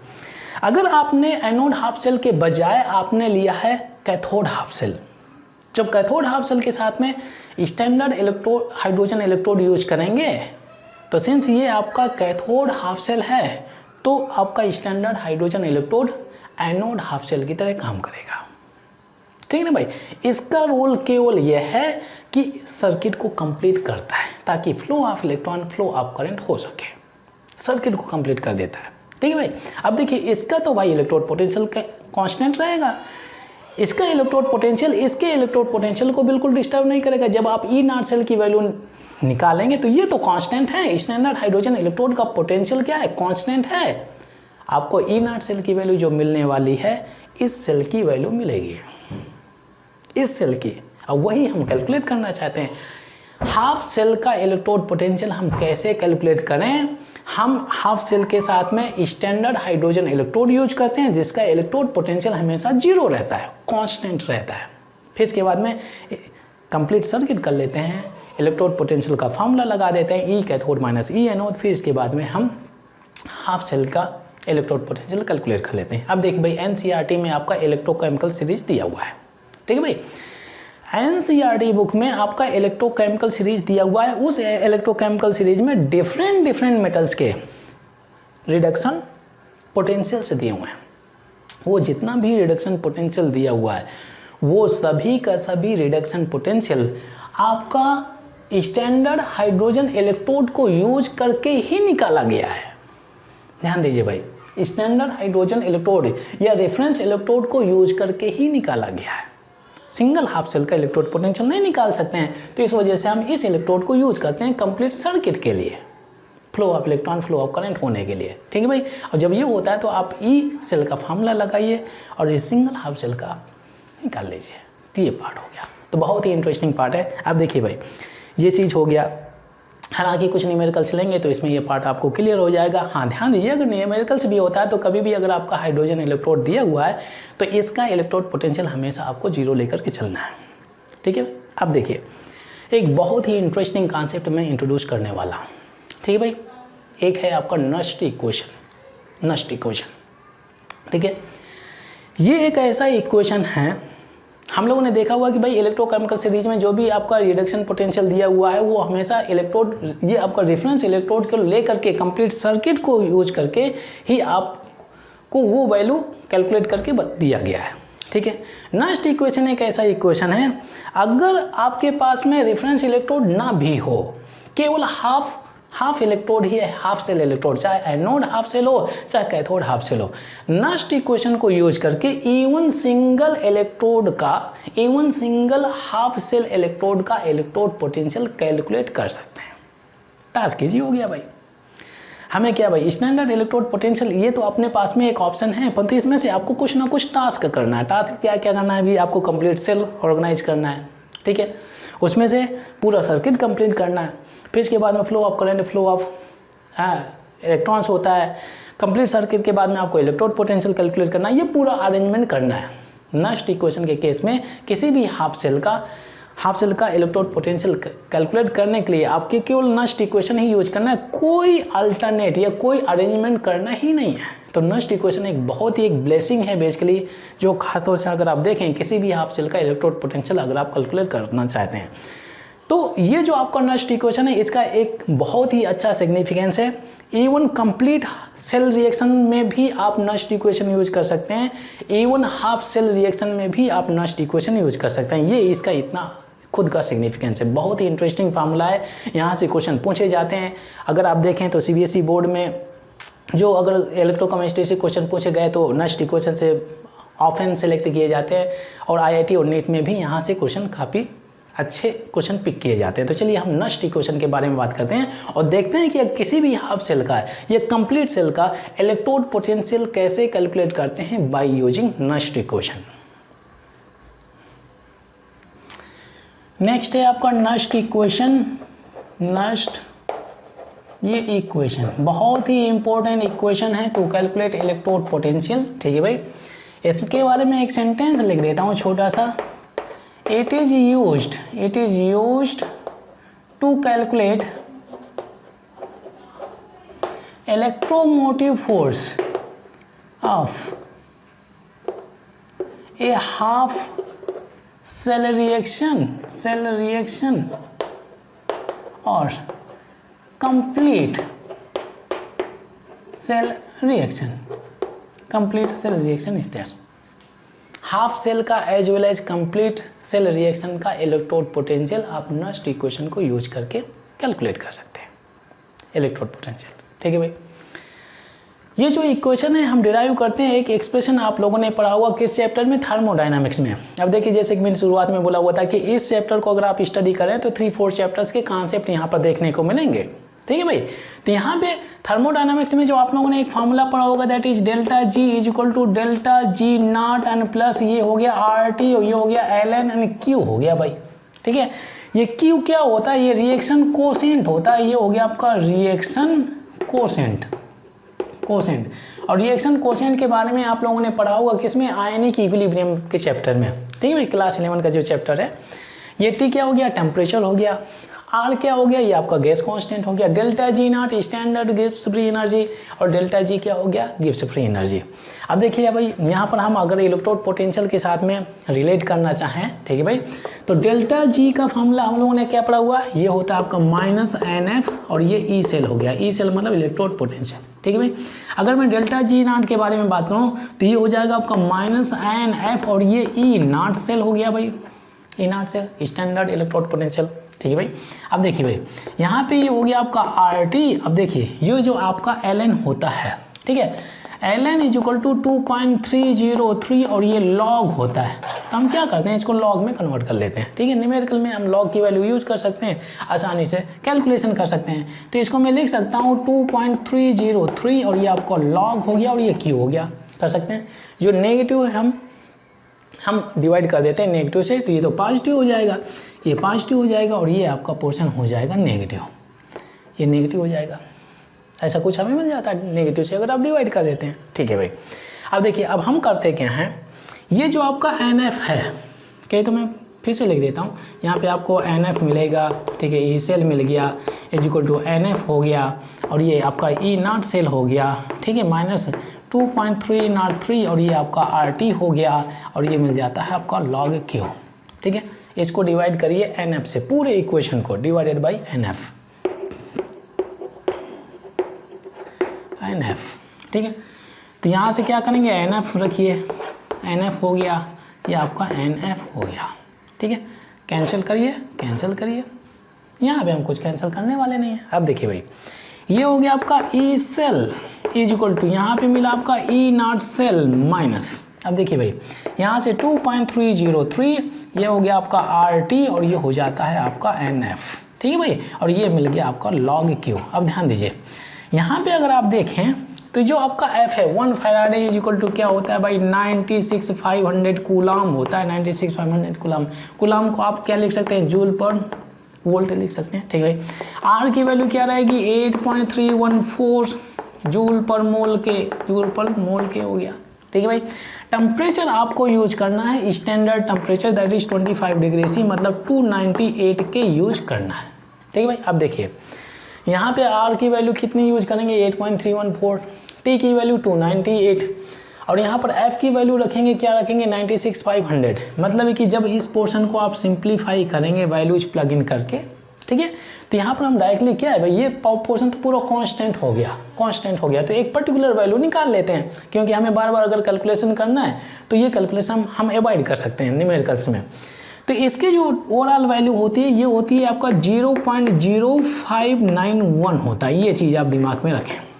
तो हमारा जो सिंपल इक्वेशन बनता है ये हो जाता है, तो कहीं तो मैं इसको यहाँ पे लिख देता हूँ, ये हो गया आपका E cell is equal to E not cell, ठीक है भाई, माइनस 0.0591 अपॉन एन और ये हो गया आपका लॉग क्यू, ये हो गया आपका नेक्स्ट इक्वेशन। बहुत ही सिंपल, ये होता है आपका नेक्स्ट इक्वेशन, ठीक भाई। क्यू अगर आप देखें तो क्यू अगर आप लोगों ने अगर आप थोड़ा सा दिमाग में थोड़ा सा जोर डालें, जो आयनिक इक्विलिब्रियम जो हम लोगों ने पढ़ा हुआ था, ये प्रोडक्ट अपॉन रिएक्टेंट होता है भाई, प्रोडक्ट अपॉन रिएक्टेंट, ठीक है भाई, प्रोडक्ट अपॉन रिएक्टेंट, ये हो गया भाई, ठीक है भाई, रिएक्शन कोएफिशिएंट। एन क्या होता है, number of electron exchange during the cell, जो सेल रिएक्शन होती है उसमें से जो total number of exchange electrons होते हैं वो एन की वैल्यू होती है भाई। दो हाफ सेल को जब आप ऐड करेंगे जो इलेक्ट्रॉन्स कैंसिल करते हैं वो आपकी एन की वैल्यू होती है। Electrode potential, standard electrode potential, ये कांस्टेंट वैल्यू हो गई, एन की वैल्यू आप निकाल सकते हैं हाफ सेल से, और क्यू हो जाता है आपका रिएक्शन कोएफिशिएंट, हो गया भाई। इस इक्वेशन को यूज करके किसी भी हाफ सेल का as well as complete cell का इलेक्ट्रोड पोटेंशियल आप आसानी से कैलकुलेट कर सकते हैं। चलिए इसके एप्लीकेशन के बारे में देखते हैं, कुछ न्यूमेरिकल्स लेता हूँ और देखते हैं हम कैसे इसको अप्लाई करके इलेक्ट्रोड पोटेंशियल कैलकुलेट करते हैं। नेक्स्ट इक्वेशन से रिलेटेड क्वेश्चंस डिस्कस करने के पहले हम लोग कुछ स्टेप्स के बारे में डिस्कस कर लेते हैं कि जो नेक्स्ट इक्वेशन हम अप्लाई करते हैं किसमें, न्यूमेरिकल्स में, क्या कैलकुलेट करने के लिए, इलेक्ट्रोड पोटेंशियल को कैलकुलेट करने के लिए। तो हम कौन से स्टेप्स फॉलो करते हैं, कुछ सर्टेन स्टेप्स हैं, उन स्टेप्स को आप फॉलो करिए, फिर इसके बाद में नेक्स्ट इक्वेशन यूज करेंगे तो यहाँ से आपको कोई भी मिस्टेक नहीं आपको करने को मिलेगा। ठीक है भाई। तो यहाँ पर जो स्टेप्स फॉलो करना है to apply next equation, to apply ये हो गया आपका नेक्स्ट इक्वेशन। ठीक है, इसको आप चाहें तो कैपिटल कर देते हैं भाई, next equation follow the steps, certain steps, कुछ स्टेप्स हैं उनको आप फॉलो करते हैं।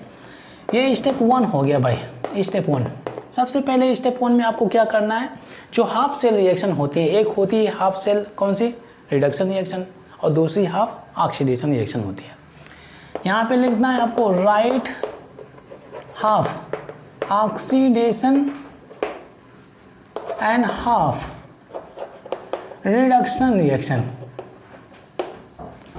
And then get net cell reaction, net cell reaction.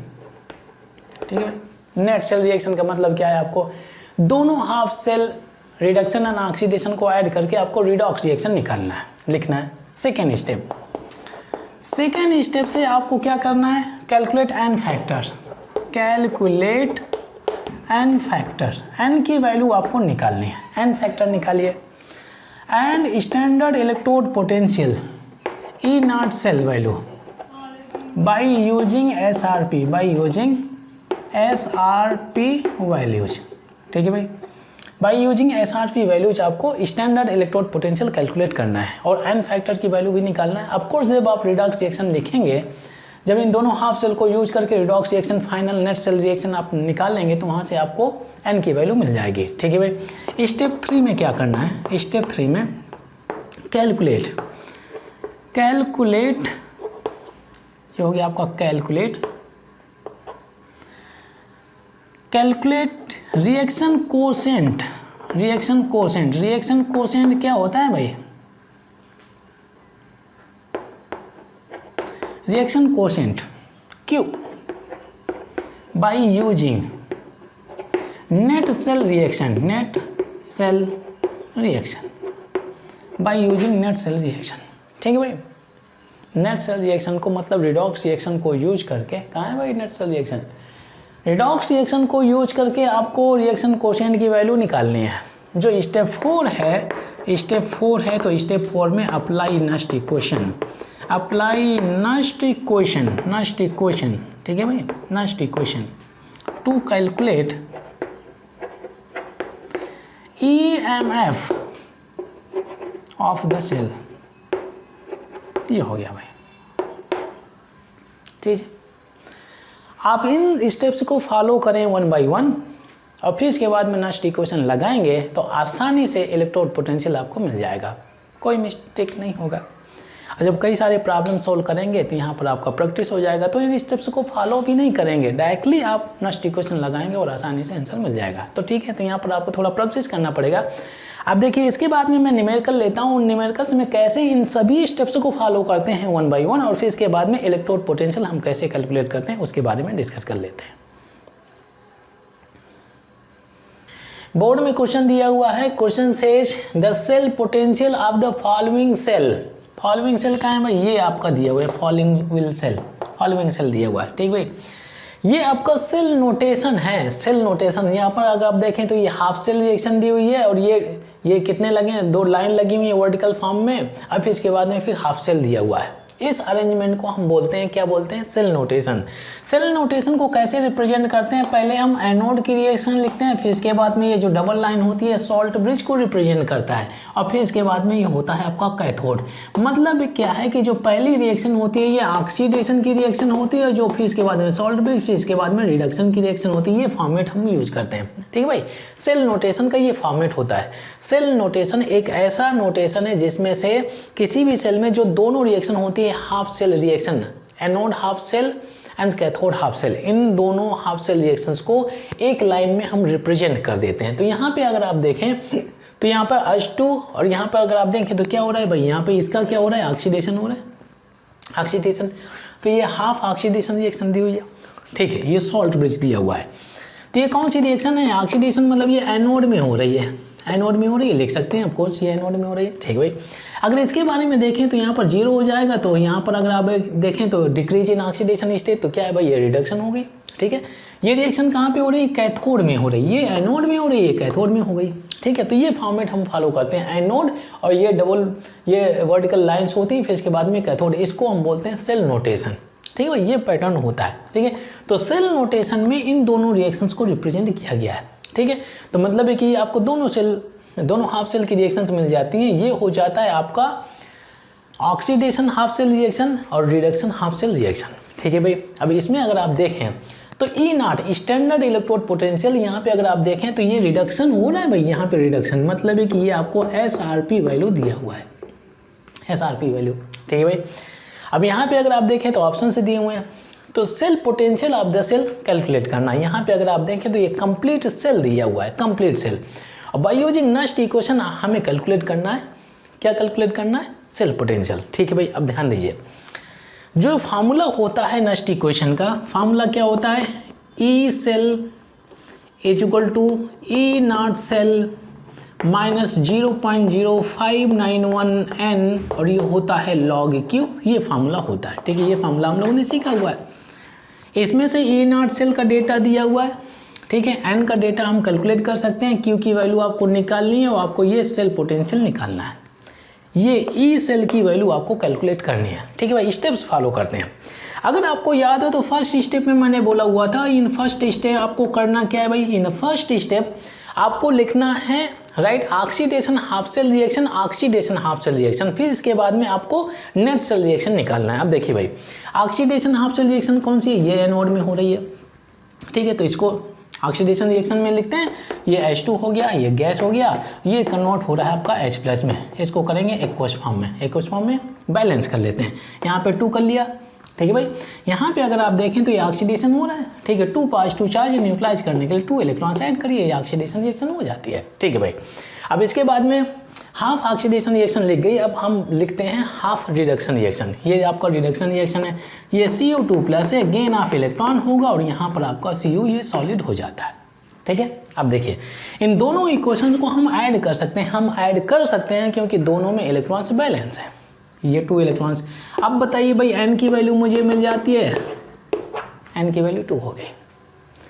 दोनों इक्वेशन में जब इलेक्ट्रॉन्स बैलेंस होते हैं वो ऐड करते हैं, तो जो नंबर ऑफ इलेक्ट्रॉन्स आप कैंसिल करते हैं, कितने इलेक्ट्रॉन्स कैंसिल करते हैं, 2 इलेक्ट्रॉन्स, ठीक है भाई। n की वैल्यू हो जाती है। ये total exchange of electron during the cell reaction मिल गया आपको, ठीक है। इस तरह से हो गया।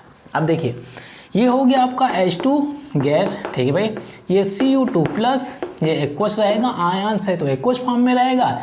यहाँ से मिल गया 2H+, ये आपका एक्वस है, और ये Cu हो गया सॉलिड स्टेट में।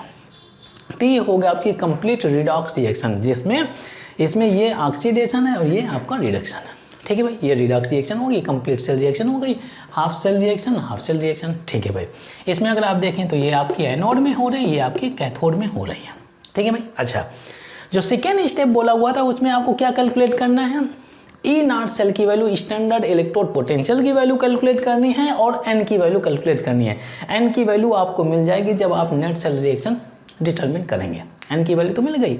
अब मुझे निकालना है E0 cell, standard electrode potential calculate करना है। इसका फार्मूला क्या होता है भाई, E0, यहाँ पे कहीं तो मैं इसको लिख देता हूँ, E0 ये आपका कैथोड माइनस E0 एनोड होता है। E0 cathode minus E0 anode होता है, ठीक है भाई। अब ध्यान दीजिए, यहाँ पे अगर आप देखें ये आपका हाइड्रोजन इलेक्ट्रोड है, स्टैंडर्ड हाइड्रोजन इलेक्ट्रोड, और हम लोगों ने सीखा हुआ कि स्टैंडर्ड हाइड्रोजन इलेक्ट्रोड का जो E0 का वैल्यू होता है, स्टैंडर्ड हाइड्रोजन इलेक्ट्रोड जो जिसमें से E0 का जो वैल्यू होता है ये हमेशा कांस्टेंट होता है, ये 0 होता है। ठीक है भाई, तो 0 होता है, तो आप इसको यहाँ पे ऐसे भी लिख सकते हैं E0। ठीक है भाई, ये आपका क्या हो जाएगा, ये H2 नहीं सॉरी, यहाँ पे आपको क्या करेंगे, ये H प्लस SRP वैल्यू लिखना है, तो रिडक्शन हमें शो करना है, तो ये आपका H2 हो जाएगा और इसका 0 वोल्ट हो जाएगा। ठीक है भाई, 0 होता है, तो यहाँ पे क्या हो रहा है, रिडक्शन हो रहा है, SRP वैल्यू, ये भी आपकी SRP वैल्यू है, SRP वैल्यू। अब देखिए ध्यान दीजिए भाई, अब हमें निकालना है क्या, आइडेंटिफाई करना है कि किस में रिडक्शन हो रहा है, किसका ऑक्सीडेशन हो रहा है। ठीक है भाई, the elements having larger value of reduction potential will be acting as a क्या oxidising agent. Elements having larger value of reduction potential will easily undergo reduction and act as oxidizing agent। इन दोनों को value को अगर आप compare करेंगे तो आपका ये रिडक्शन शो करेगा क्योंकि इसकी लार्जर वैल्यू है। ठीक है, अब इसकी स्मॉलर वैल्यू तो ये ऑक्सीडेशन शो करेगा। वैल्यू प्लग इन कर देते हैं, तो यहाँ पे अगर आप E0 सेल की वैल्यू कैलकुलेट करेंगे, E0 सेल, तो क्या मिल जाएगा भाई, यहाँ से 0.337 माइनस 0 इज इक्वल टू 0.337 और ये वोल्ट हो गया E0 सेल, ये हो गया। तो यहाँ पे अगर आप देखें, यहाँ पर इस सेल रिएक्शन में हम लोगों ने हाइड्रोजन इलेक्ट्रोड यूज किया हुआ है to complete the circuit. Actually ये जो आपको इलेक्ट्रोड पोटेंशियल मिल रहा है केवल इसी का मिल रहा है, क्योंकि इसका तो कांस्टेंट है। यही हम लोगों ने एप्लीकेशंस देखा हुआ था in the construction and functioning of standard hydrogen electrode. इसका जो इलेक्ट्रोड पोटेंशियल होता है 0, इसका रोल किया है कि कंप्लीट सर्किट करता है ताकि flow of current, flow of electron हो सके। ठीक है, इसके बाद हम फार्मूला यूज करते हैं, इसकी वैल्यू तो कांस्टेंट है, सॉरी इसकी वैल्यू तो कांस्टेंट है। ये जो आपका क्या है भाई, स्टैंडर्ड हाइड्रोजन इलेक्ट्रोड, इसकी वैल्यू कांस्टेंट है। तो यहाँ पर जो वैल्यू मिल रही है हमें हाफ सेल की ही मिल रही है। ठीक है, तो यहाँ पर इस सेल रिएक्शन की हमें स्टैंडर्ड इलेक्ट्रोड पोटेंशियल कितना मिल जाता है, 0.337। इसी वजह से हम इसको बोलते हैं स्टैंडर्ड, कौन सा भाई, not standard, reference electrode. Reference, इसका रेफरेंस लेकर के हम इसका इलेक्ट्रोड पोटेंशियल कैलकुलेट कर लेते हैं और इसका इलेक्ट्रोड पोटेंशियल हम कांस्टेंट रखते हैं, 0 रखते हैं। ठीक भाई, सेकेंड स्टेप हो गया। अब इसके बाद में थर्ड स्टेप में मैंने बताया था कि रिएक्शन कोशेंट Q की वैल्यू आपको निकालनी है। ठीक है भाई, तो रिएक्शन कोशेंट क्या होता है, प्रोडक्ट अपॉन रिएक्टेंट होता है। लीजिए आपकी ये प्रोडक्ट दिए हैं और ये हो जाते हैं आपके रिएक्टेंट। बहुत ही सिंपल स्टेप है, इन स्टेप्स को आप फॉलो करते जाइए, आसानी से नस्ट इक्वेशन को अप्लाई करके आप इलेक्ट्रोड पोटेंशियल कैलकुलेट कर सकते हैं। प्रोडक्ट में अगर आप देखें तो ये H प्लस है भाई, जो कोफिशिएंट होते हैं इनको पावर में लिखा जाता है। ठीक है, ये हो गया। इक्विलिब्रियम कांस्टेंट के बारे में सोचिए, रिएक्शन कोशेंट के बारे में सोचिए, तो जो कोफिशिएंट होते हैं पावर में लिखा जाता है। अब देखिए ये जो कॉपर सॉलिड है, सॉलिड फॉर्म है, तो सॉलिड फॉर्म हम यूज नहीं करते हैं एक्सप्रेशन में, इनकी वैल्यू यूनिटी ली जाती है भाई, इनकी value solid and liquid unity ली जाती है। तो ये तो पार्ट कैंसिल कर दिया, बॉटम। H2 गैस है, गैस कंसीडर करेंगे, प्लस नहीं सॉरी ब्रैकेट रहेगा, अब इसके बाद में क्या मिलेगा भाई, Cu2 प्लस हो गया, ये हो गया। ठीक है, हमें Q का भी एक्सप्रेशन मिल गया। अब देखिए डेटा जो दिया तो कहीं तो Q की वैल्यू हम प्लग इन कर सकते हैं। अच्छा मुझे बताइए H प्लस आयन की वैल्यू क्या दी हुई है, इस इक्वेशन में ध्यान दीजिए। H प्लस आयन का जो कॉन्सेंट्रेशन है ये दिया है आपका 0.001 दिया। चलिए प्लग इन कर देते हैं 0.01, तो ये क्या हो जाएगा, होल स्क्वायर हो जाएगा, डिवाइडेड बाई हाइड्रोजन गैस का एटमॉस्फेरिक प्रेशर कितना दिया है, 1 दिया है, ब्रैकेट। यहाँ पर Cu प्लस आयन का कॉन्सेंट्रेशन कितना दिया है, 0.1, ये हो गया। इसको अगर आप सिंप्लीफाई करें तो ये क्या हो जाएगा, 10 टू पावर -4, ये 10 to power -1 is equal to 10 to power -3। लीजिए Q की वैल्यू मिल गई। अब देखिए भाई, मुझे E0 सेल की वैल्यू भी मिल गई, N की वैल्यू भी मिल गई, Q की वैल्यू भी मिल गई। इन सभी को प्लग इन करिए, E सेल की वैल्यू आप कैलकुलेट कर लीजिए। बहुत ही सिंपल पार्ट है, स्टेप्स आप फॉलो करते जाइए, कभी भी कोई भी मिस्टेक आप नस्ट इक्वेशन में नहीं करेंगे। ठीक है भाई, तो is equal to E0 cell की वैल्यू मुझे ये रखी हुई है। ठीक है, 0.0 ये हो गया आपका 337 volt minus 0.0591 answer divided by n। n की वैल्यू क्या है भाई, ये दिया है, कहाँ गया, ये दिया है भाई, n की वैल्यू 2 हो गया, आंसर log हो जाएगा। यहाँ पे अब Q की वैल्यू क्या दिया है भाई, ये 10 टू पावर -3 हो गया भाई, 10 टू पावर -3। ठीक है। तो यहाँ पे अगर आप देखें 0.337, ये अगर आप देखें log 10 टू पावर -3 को क्या लिख सकते हो, -3 log 10 तो इज इक्वल टू -3, क्योंकि log 10 की वैल्यू क्या होती है, हो जाती है, क्या हो जाती है, 1 हो जाती है भाई। और जब ये -3 इधर आएगा तो ये प्लस हो जाएगा, तो 0.0591 डिवाइडेड बाई 2 और मल्टीप्लाइड बाई 3, तो इसको अगर आप कैंसिल करेंगे तो 1.5 आ जाएगा। इसको मल्टीप्लाई करिए, फिर इसके पास में आप ऐड करेंगे तो आपका ये जो आपका सेकेंड ऑप्शन है 0.42 आपका ये वोल्ट मिल जाएगा इस तरह से। तो electrode potential of this cell क्या हो जाएगा भाई, 0.42, ठीक है भाई, 0.42, ये पार्ट हो गया। तो एक कंप्लीट सेल रिएक्शन दी हुई है। इस कंप्लीट सेल रिएक्शन में अगर आप देखें तो इन जनरल जो standard hydrogen standard electrode potential हमें मिलता है इस हाफ सेल का ही मिलता है। इसका हमने कैलकुलेट किया है बाय यूजिंग रेफरेंस इलेक्ट्रोड, क्योंकि इसका इलेक्ट्रोड पोटेंशियल 0 है, कांस्टेंट है, ठीक है भाई। तो दोनों एप्लीकेशन हमें देखने को मिल जाते हैं, स्टैंडर्ड हाइड्रोजन इलेक्ट्रोड का एप्लीकेशन, नस्ट इक्वेशन का भी एप्लीकेशन इस प्रॉब्लम में। चलिए इसके बाद में एक और प्रॉब्लम हम नस्ट इक्वेशन से करते हैं। नेक्स्ट क्वेश्चन दिया है आपका ई सेल इलेक्ट्रोड पोटेंशियल, ठीक है। इलेक्ट्रोड पोटेंशियल दिया है कितना, 0.78 वोल्ट, ठीक है, फॉर द फॉलोइंग सेल। कहाँ है सेल, ये आपका फॉलोइंग सेल दिया है भाई। ये सेल अगर आप देखें तो अगर ये आपका वर्टिकल लाइन दिया है, मतलब क्या है कि आपका सेल नोटेशन के फॉर्म में दिया है। मतलब क्या है कि पहला जो होगा आपका एनोड का दिया होगा, फिर इसके बाद में कैथोड का दिया होगा। एनोड में कौन सी रिएक्शन, ऑक्सीडेशन, और कैथोड में कौन सी रिएक्शन, रिडक्शन रिएक्शन। ये पैटर्न हम लोग फॉलो करते हैं, ठीक है भाई। हालांकि मुझे सेल नोटेशन से कुछ एग्जांपल से देना चाहिए नस्ट इक्वेशन को डिस्कस करने के पहले, तो इजी पार्ट है, आसानी से आप समझ सकते हैं। मतलब क्या है कि ये पोर्शन आपका होगा कौन सा, ऑक्सीडेशन का। ऑक्सीडेशन हो रहा है, देखिए भाई यहाँ पर अगर आप देखें 0 तो यहाँ पे increase in oxidation state, oxidation reaction. मतलब क्या है कि ये एनोड की रिएक्शन है, ठीक है। ये सॉल्ट ब्रिज हो गया, इसके बाद में +2 और यहाँ पर 0 हो गया, decrease in oxidation state, reduction हो गया। तो ये रिएक्शन किसकी है, कैथोड की रिएक्शन है। एक कंप्लीट सेल रिएक्शन दिया हुआ है, ठीक है भाई। अब देखिए इसमें अगर आप देखें तो Fe2+ आयन का कॉन्सेंट्रेशन अननोन है, XM अननोन है, ठीक है भाई। Cu2+ आयन का कॉन्सेंट्रेशन 0.01 m दिया हुआ है। यहाँ पे जो डेटा दिया हुआ है तो आपका स्टैंडर्ड E0 दिया है ना भाई, तो स्टैंडर्ड इलेक्ट्रोड पोटेंशियल इस हाफ सेल का, दोनों हाफ सेल का स्टैंडर्ड इलेक्ट्रोड पोटेंशियल दिया हुआ है। यहाँ पे आपको यूज करना है नस्ट इक्वेशन, ठीक है, क्योंकि इलेक्ट्रोड पोटेंशियल भी दिया है, standard electrode potential of the cell यहाँ से मिल जाएगा। और फिर इसके बाद में जब हम नस्ट इक्वेशन का फार्मूला लगाएंगे तो हमें x की वैल्यू मिल जाएगी। अब देखिए भाई यहाँ पे जो फार्मूला हम लोगों ने पढ़ा हुआ है नस्ट इक्वेशन का, E cell is equal to क्या होता है, E0 सेल माइनस 0.0591 अपन n, और ये होता है log Q। ये फार्मूला हमें यूज करना, स्टेप्स हम फॉलो कर लेते हैं। पहले स्टेप में जो मैंने बोला हुआ था आपको करना क्या भाई, स्टेप 1 में आपको लिखना है दोनों हाफ सेल रिएक्शन से, half oxidation reaction, half reduction reaction, दोनों को कंबाइन करके आपको निकालना है net cell reaction, redox reaction आपको डेवलप करनी है। तो ये आपकी ऑक्सीडेशन रिएक्शन जो एनोड में होती है, तो चलिए हम लिख देते हैं ये Fe हो गया, ये सॉलिड फॉर्म में है भाई, ये Fe2+ हो गया। न्यूट्रलाइज करने के लिए आप 2 इलेक्ट्रॉन्स ऐड कर दीजिए, ठीक है। ये आपका अगर आयन है तो एक्वस कर दीजिए, बहुत ही सिंपल। दूसरा क्या है भाई, रिडक्शन हो गया, तो Cu2+ कर देंगे, ये एक्वस कर दीजिए, 2 इलेक्ट्रॉन्स ऐड करिए क्योंकि रिडक्शन है, और ये Cu और ये सॉलिड हो गया, ठीक है भाई। अब देखिए इन दोनों हाफ सेल को जब आप ऐड करेंगे तो 2 इलेक्ट्रॉन्स कैंसिल होंगे, तो क्या हो जाएगा, Fe ये सॉलिड प्लस Cu2+ ये एक्वस हो गया, ठीक है भाई। इसके बाद में Fe2+ ये एक्वस हो गया, और इधर Cu और ये सॉलिड फॉर्म में हो गया, बहुत ही सिंपल, ठीक है। नेट सेल रिएक्शन हमें मिल जाता है।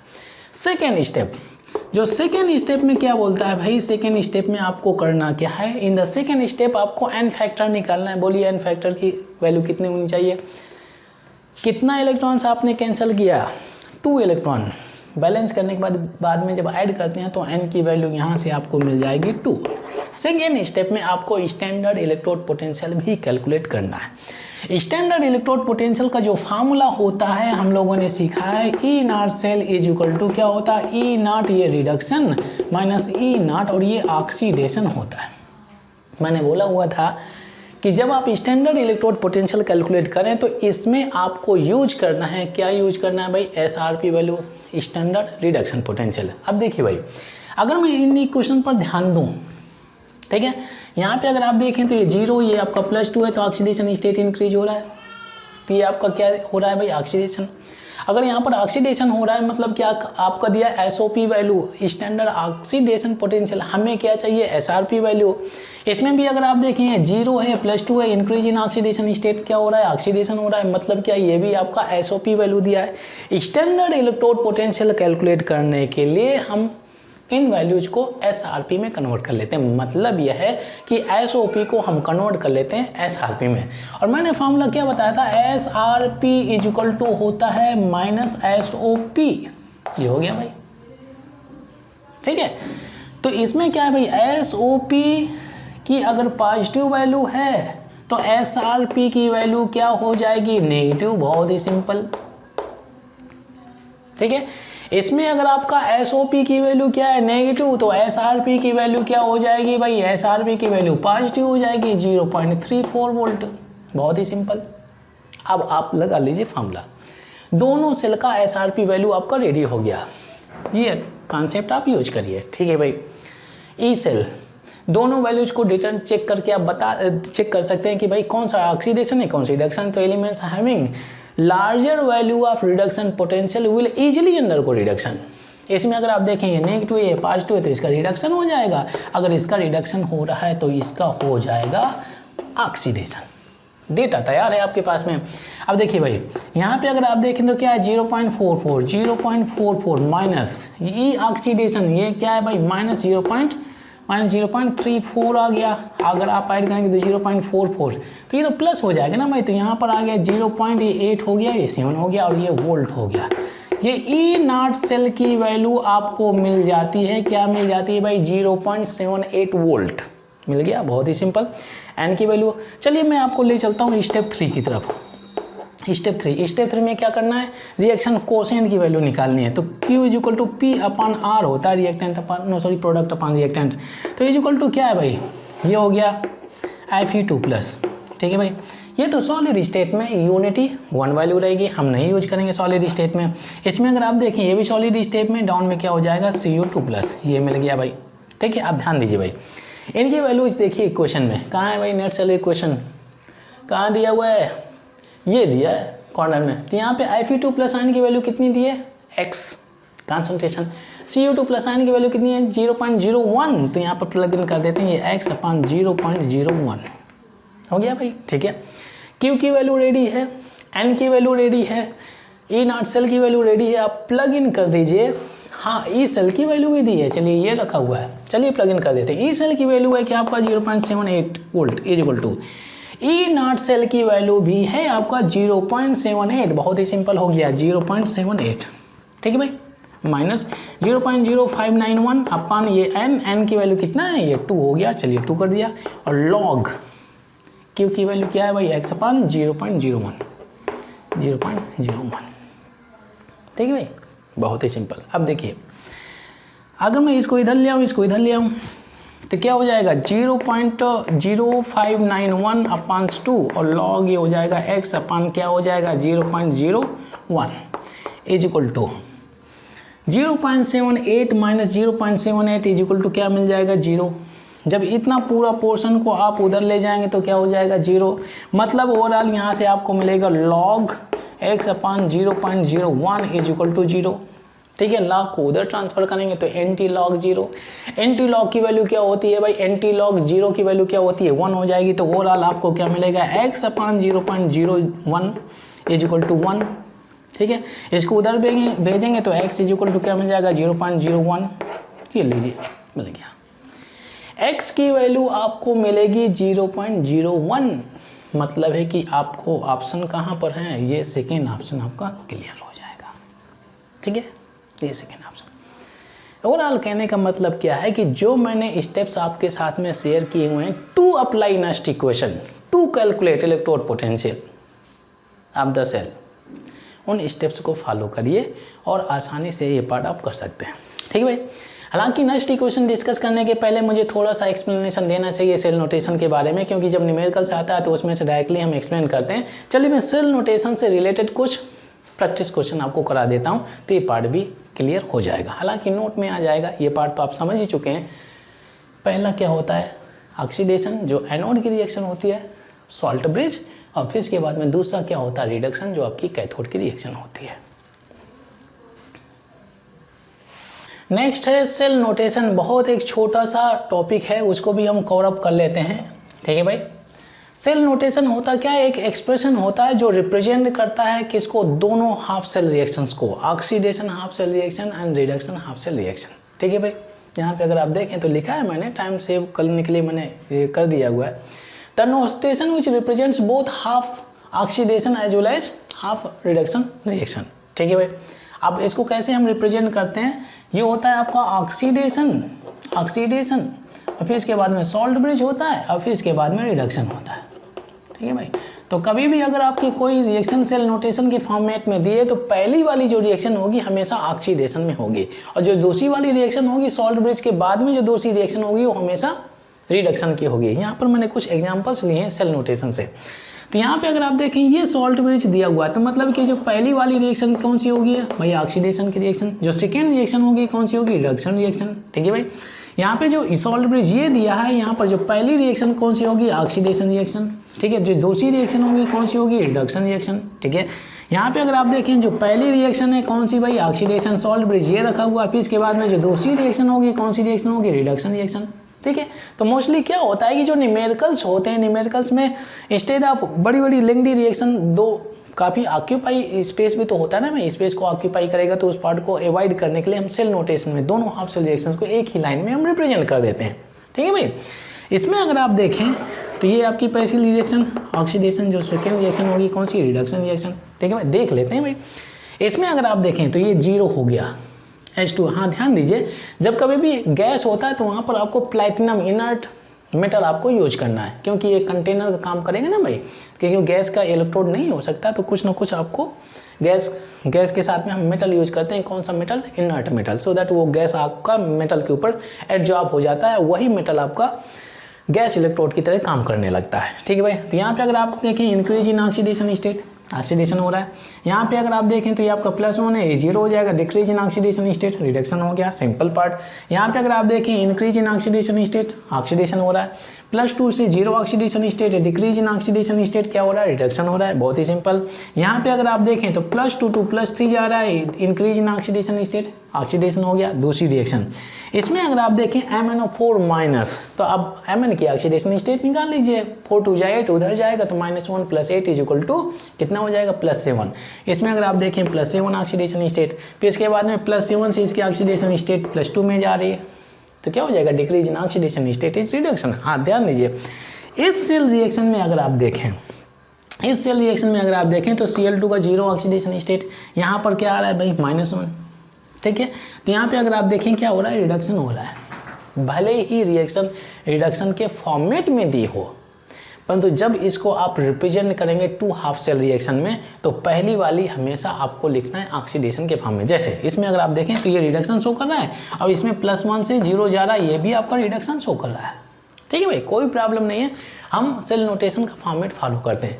पहली जो रिएक्शन होती है ये लिखी जानी चाहिए किसके फॉर्म में, ऑक्सीडेशन के फॉर्म में। तो यहाँ पे अगर आप देखें ये Cl2 to Cl ऐसे नहीं लिखेंगे, इसको आप लिखेंगे Cl-, तो ये Cl2 हो जाएगा, ऐसे करेंगे। ठीक है भाई, 2 यहाँ पे करेंगे और 2 इलेक्ट्रॉन्स यहाँ पे, ये ऑक्सीडेशन। ऑक्सीडेशन में इलेक्ट्रॉन्स हमेशा राइट साइड ऐड किए जाते हैं, तो ये आपकी ऑक्सीडेशन रिएक्शन हो जाती है। ये पार्ट न्यूमेरिकल में बहुत ईजी रहता है, क्योंकि रिएक्शन कोसेंट की वैल्यू निकालनी है, n की वैल्यू निकालनी है, तो वहाँ पर हमें मालूम होना चाहिए कि सेल नोटेशन में जो आपका रिएक्शन से दी हुई उनको कैसे हाफ सेल में हम तब्दील कर सकते हैं। और जो दूसरी रिएक्शन होगी तो इसको आप ऐसे ही लिखिए भाई, ये इलेक्ट्रॉन और ये रिडक्शन में हो गया, ये सॉलिड हो गया, ये रिएक्शन रहेगी। ठीक है ना भाई, ये चीज़ आप दिमाग में रखें। तो ये होता है सेल नोटेशन का कॉन्सेप्ट।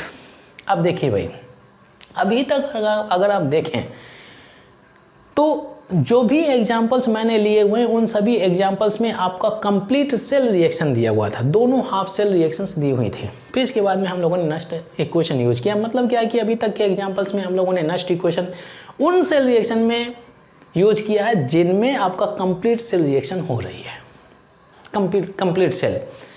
नेक्स्ट सेशन में हम लोग डिस्कस करेंगे कि नेक्स्ट इक्वेशन को हम हाफ सेल रिएक्शन में कैसे यूज करते हैं और उस हाफ सेल का इलेक्ट्रोड पोटेंशियल या स्टैंडर्ड इलेक्ट्रोड पोटेंशियल कैसे कैलकुलेट करते हैं।